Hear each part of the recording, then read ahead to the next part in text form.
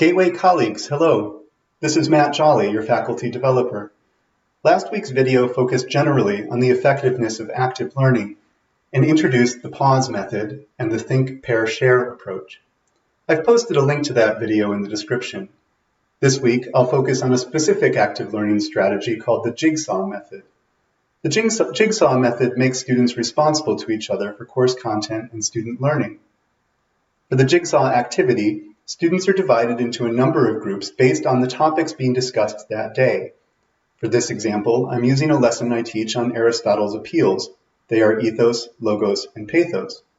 So for my Jigsaw class, I break students into 3 home groups. I like to make sure that group members always take a moment to introduce themselves to each other. I'm often surprised that students in the class don't know each other's names. Once those groups are established, group members are assigned to a topic. Next, home group topic experts meet with the topic groups to learn about their assigned subject matter. In my example, one home group member will meet with other ethos experts, one with other logos experts, and one with other pathos experts. Within these subject groupings, students become experts on their topics.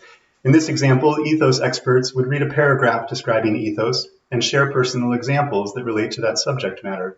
Logos and pathos experts would do the same in their small groups. After a period of time, the expert group members will return to their home groups imbued with their newfound knowledge. Within the home groups, each member is responsible for teaching the other members of the group about their subject. By the end of the lesson, all students have been introduced to the content. They have each engaged deeply in at least one of the lessons, and they have been introduced to the other lessons through their home group members' instruction. Of course, there can be room for lecture here too. I might spend a little time talking about a 4th appeal, mythos, contributing to the home group's understanding of the material. Or I might engage students in a whole class discussion about how these principles apply to their own writing projects. I think the greatest strength of this approach is that it turns students into teachers, making them at least partly responsible for the content and for their peers' learning.